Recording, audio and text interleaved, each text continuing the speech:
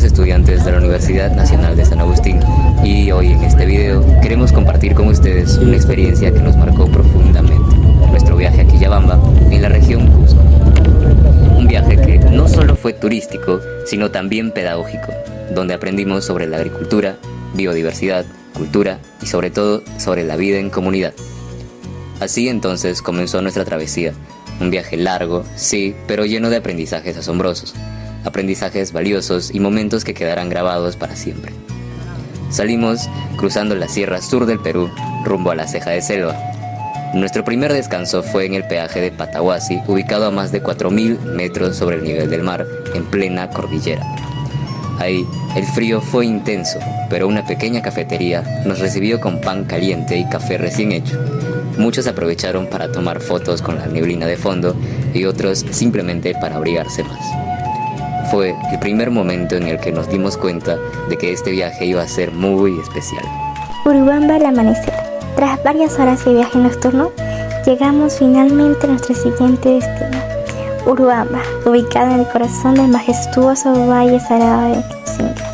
Eran aproximadamente las 6:40 de la mañana y el amanecer nos recibió con una escena de ensueño.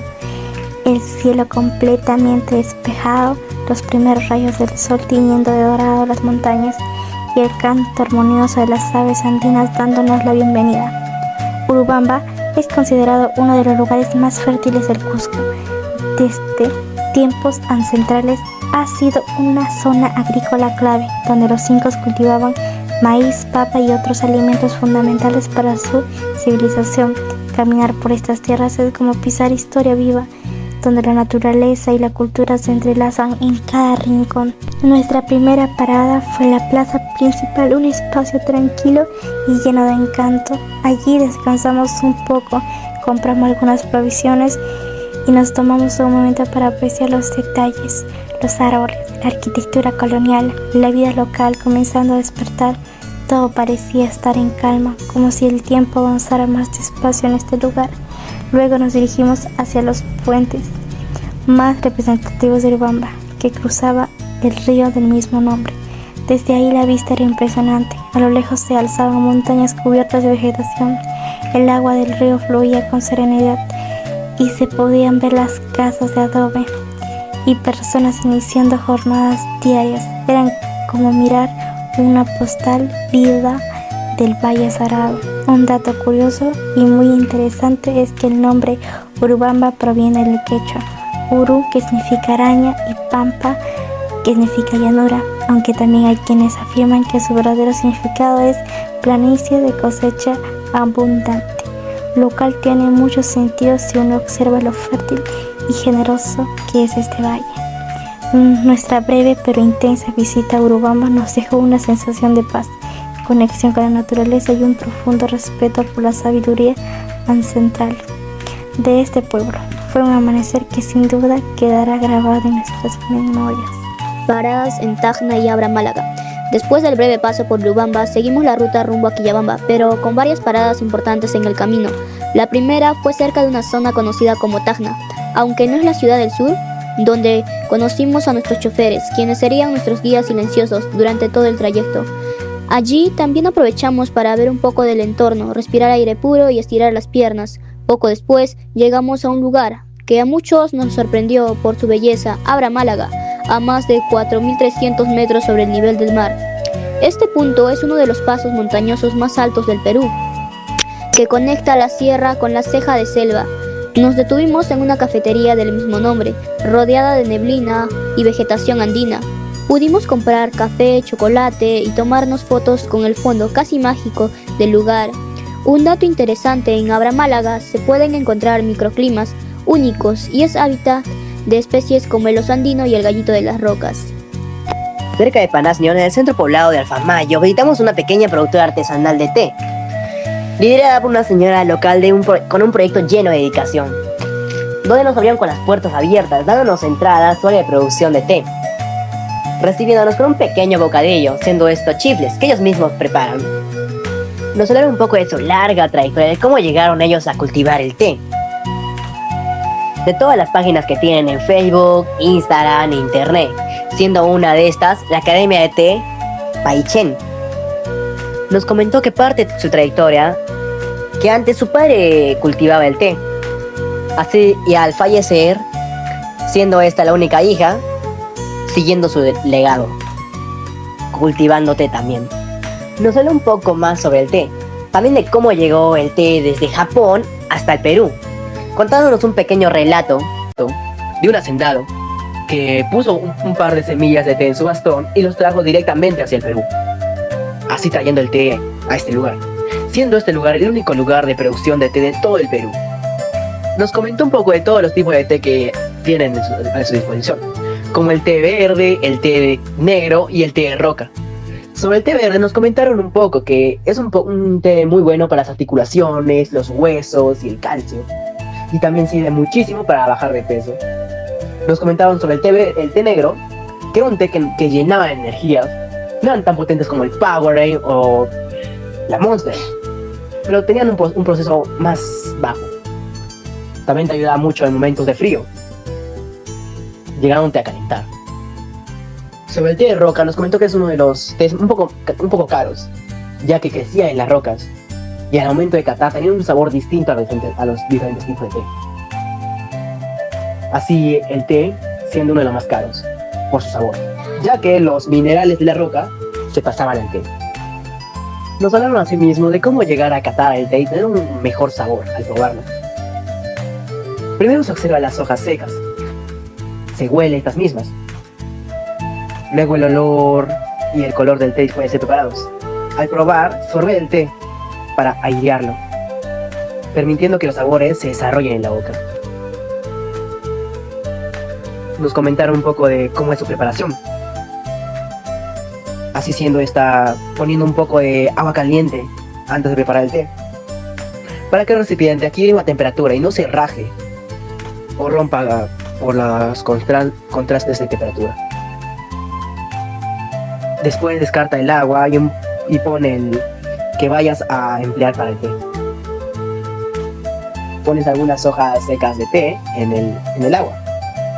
Lo dejas por un tiempo y al final lo cuelas y así sacas un poco de té. Llegando casi a finalizar esa trayectoria, nos pusieron a hacer una pequeña actividad con nuestros compañeros y colegas. En esa actividad nos dispusimos a recolectar algunas hojas de té. Así encontrarnos con una de sus principales plagas, siendo esta el grillo, que compensa en comerse las hojas y así. Así finalizando la trayectoria de visita de té. Después de esta parada tan especial, continuamos el viaje rumbo a nuestro destino final del día, Quillabamba. Llegamos cerca de las 7:20 de la tarde y al llegar nos encontramos con una gran sorpresa. Un festival local estaba en pleno desarrollo.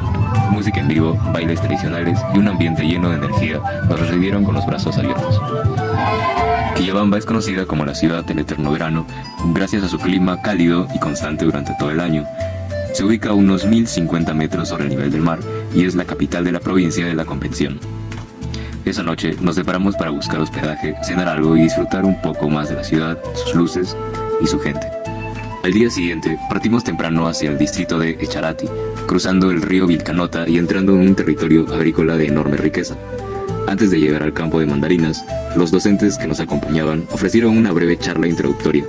El ingeniero Segarra habló sobre factores fundamentales como la altitud y el clima, señalando cómo en esta zona se puede cultivar casi de todo, salvo la papa, que requiere temperaturas más frías para tuberizar. También mencionó el rol de las cianobacterias, la domesticación de animales y la agricultura migratoria, típica de la ceja de selva y selva baja. Durante el recorrido hacia el fondo, pudimos observar cultivos de noni, plátano, papaya, naranja, mango y limón. Los docentes también aprovecharon el momento para hablarnos de conceptos básicos como biología, diversidad, poblaciones, ciclos bioquímicos y de las plagas, destacando a la broca del café como una de las más problemáticas, junto con métodos de control ecológicos. Fue una excelente antesala para lo que viviríamos a continuación. Continuando con la programación, fuimos a visitar el fondo de cítricos, pero antes de conocer a los dueños, nuestro profesor, el ingeniero Segarra, nos dio una charla súper interesante. Nos explicó cómo la altitud y el clima en esta zona son clave para que casi todo crezca. También nos mencionó la importancia de las cianobacterias en la fijación del nitrógeno en el suelo. No olvidar que mientras caminábamos hacia el fondo de cítricos, pudimos ver un montón de plantas que demuestran la biodiversidad agrícola de nuestra región.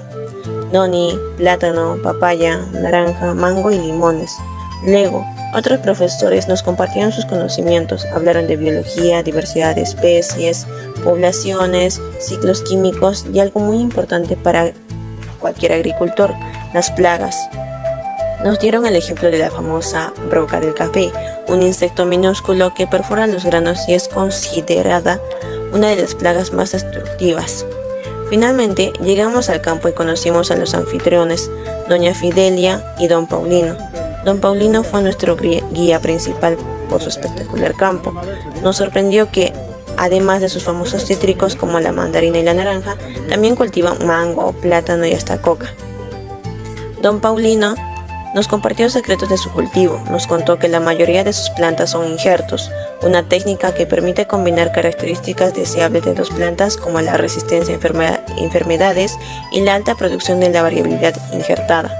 También nos reveló un problema peculiar, unas pequeñas hormigas cortadoras que salen solo de noche y se comen las hojas tiernas de mandarina. Imaginen el desafío de lidiar con plagas nocturnas. Su método para abonar es totalmente natural, usando gallinaza, que es el estiércol de gallina. Este abono orgánico es rico en nitrógeno, fósforo y potasio, mejorando la fertilidad de forma sostenible en contraste con los fertilizantes químicos. Al finalizar del recorrido, notamos unas avispas saliendo de algunas papayas. Nos explicaron que estas avispas hacen agujeros en la fruta, y eso es algo común en las épocas de lluvia, cuando la humedad favorece la aparición de ciertos insectos. Ya para despedirnos, le preguntamos a doña Fidelia sobre los pinos que vimos en la distancia. Nos contó que la municipalidad los había utilizado para reforestar 16 hectáreas en las zonas altas, pero que serían reemplazadas con mangos, ya que los pinos tienden a secar el agua. Así terminó nuestra visita a este increíble fondo. Nos fuimos con la cabeza llena de información valiosa sobre la agricultura local, la biodiversidad de nuestra región y los retos de cultivar de manera sostenible. Después de la visita a la finca, nos dieron la tarde y el día siguiente libres para conocer un poco más Quillabamba por nuestra cuenta. Muchos aprovechamos para recorrer sus calles, probar su gastronomía y comprar productos locales. Uno de los lugares más visitados por nuestro grupo fue sin duda las aguas termales de Cocalmayo, ubicadas en el distrito de Santa Teresa. Estas piscinas naturales están rodeadas de vegetación y montañas, y el agua es tibia, perfecta para relajarse después de tantas caminatas. Un dato curioso es que estas aguas termales tienen propiedades minerales que ayudan a la circulación y al estrés muscular. También visitamos mercados, heladerías artesanales y pequeños restaurantes donde probamos platos como el juane, la cecina con tacacho y jugos de frutas exóticas. El último día, nos encontramos todos a las 9:30 de la tarde. Estábamos un poco cansados, pero muy satisfechos. El viaje de regreso comenzó a las 10 de la tarde rumbo a Majes. Durante el retorno, hicimos una última parada en Echarati, donde disfrutamos de sus famosos helados artesanales. Sabores como maracuyá, cacao y aguaymanto nos dejaron un dulce recuerdo de la selva cusqueña. Mientras volvíamos en bus, muchos aprovechamos para dormir y otros simplemente se quedaban mirando el paisaje por la ventana. Las montañas, el cielo estrellado y el eco de una experiencia que nos transformó. Este viaje no fue solo una salida de estudios, fue una experiencia que nos conectó con la realidad agrícola del Perú, con las personas que trabajan la tierra, con los pequeños productores que sostienen nuestras mesas. Vimos de cerca el esfuerzo, la sabiduría ancestral y el compromiso con la naturaleza que tienen los campesinos de la Ceja de Celo. También reímos, caminamos, compartimos historias, nos sorprendimos con paisajes que parecen postales y, lo más importante, fortalecimos nuestros lazos como compañeros y como futuros profesionales comprometidos con la agricultura sostenible.